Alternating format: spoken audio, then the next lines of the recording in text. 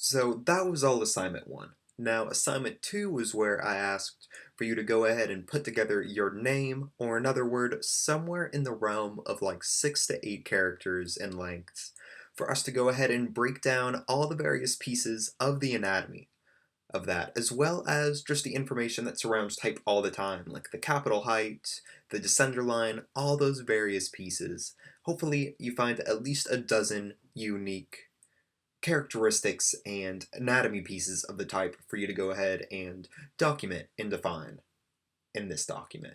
And really, this is going to help you out in a couple of different ways.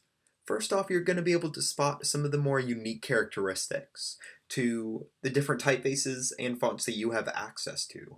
For instance, how Baskerville is put together. Baskerville, when he put together this typeface, he was referred to as a master in type. For close to 100 years after John Baskerville's death, the creator of this typeface, people were referencing his work for generations after he passed away because he was such a master in typography. He was one of the first people to really push such small strokes next to such large strokes. For instance, this W is a classic of his, right? How broad those left diagonal strokes are versus how skinny and narrow those right diagonal strokes are. Little things like that that you're only going to find in particular typefaces. You're going to be able to spot just that much more quickly and have a certain opinion on whether you like those bold to thin strokes, or whether you like something that's a little bit more modern and neutral, like Helvetica or Futura, things like that, just helps you understand a little bit better what actually was going through the designer's head when he was making that font. And in a little bit of a different way, it also helps you understand how you can push type yourself and how you can make your own font, potentially.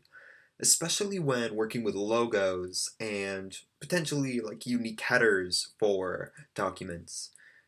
But especially logos, your client as well as yourself should have the urge and the yearn to have something that's unique and just for them, that they're not going to be able to find anywhere else. That you didn't just open up Illustrator or Adobe InDesign, open up your type tool, and just type out the name of the company logo and like put a big circle around it and call that their logo. That you actually gave them something that is unique just for them, that no one else has made yet. That is one of those things that to be able to be done right, you need to have this basic understanding of how you can push type, what certain areas are flexible and what certain areas are just kind of required, right? For instance, the mean line is a classic. It's actually not on this document that I went ahead and put together, but here, let's fix that real quick. The mean line is also referred to as the X height, quite commonly. It is basically the line that more or less all of your lowercase letters hit at the top. They call it the X height because most commonly here, in fact, because most commonly typographic makers or letterers, as some people refer to them as, use the X as kind of your basic landmark, if you will, of, okay, all of my other lowercase characters at least have to get to where the X is. Little things like that. So, it should help you realize where some of those rules are put in place. So then, when you are making unique logos and changes to typography, they look right, and they still look legible and clean and well put together, but they have those unique touches that only you would put on them. So how I went about actually making this document. I hope you're able to realize by now I am a fan of Adobe Illustrator. I use it a lot. I'm still in it right now for this particular assignment. And let's just go ahead and jump right into it. So first things first, I'm going to go ahead and open up my pen tool, and I'm just going to draw out a couple of our quick reference lines. So the capital height, the descender line, the baseline, general things like that. So I have my smart guides on. Usually I don't like to leave them on, but in this circumstance, they're actually going to help us out a lot. So the D, the bottom of that D actually does rest on the baseline. Not all characters or typefaces will have that characteristic, but Baskerville does. So we're going to go ahead and take advantage of that. And I'm just using this generic orange as kind of my highlight color. So as simple as it gets to start off, we're just drawing completely straight lines. I'm holding shift as I make these so they are perfect and straight. And let's find the capital height of that W, draw out our cap height as well. And as you can tell, this is already beginning to take shape here. If I draw that the center line, you're already seeing this document take shape, and just seeing the actual breakdown, the grid, the way that the designer put together this type, you're starting to see all of these things come to light, even as we just make such simple marks as the baseline, etc. So to go ahead and break down, I'm just going to use the A as our example, just like the quick brown fox example.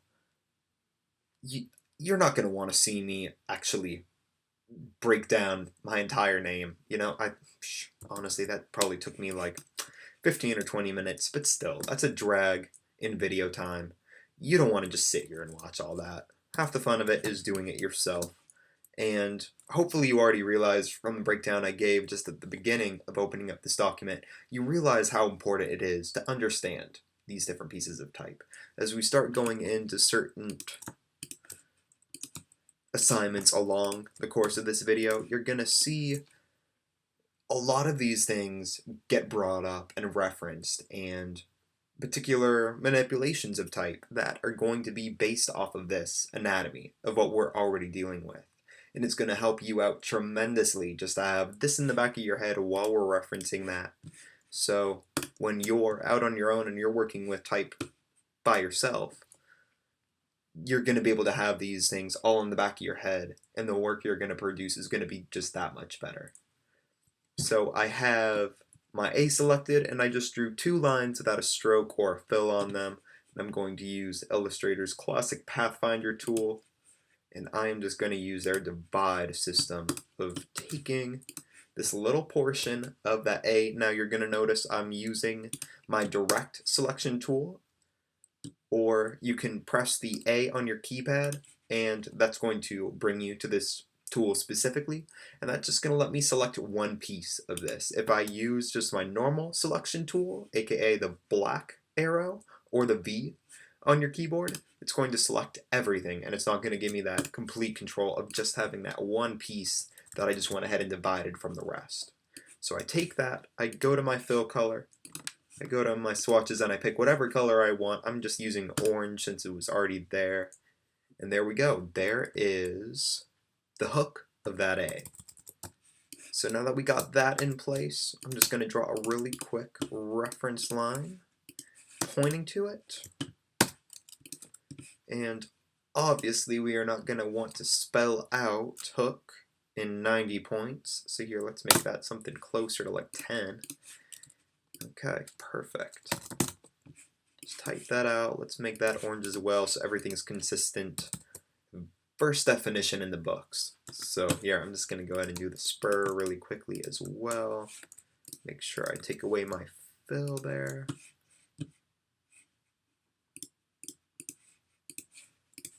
Divide that. Just grab that same color with my eyedropper. Draw another quick reference line. And you're going to notice I'm going to kind of cheat as I begin to go through this.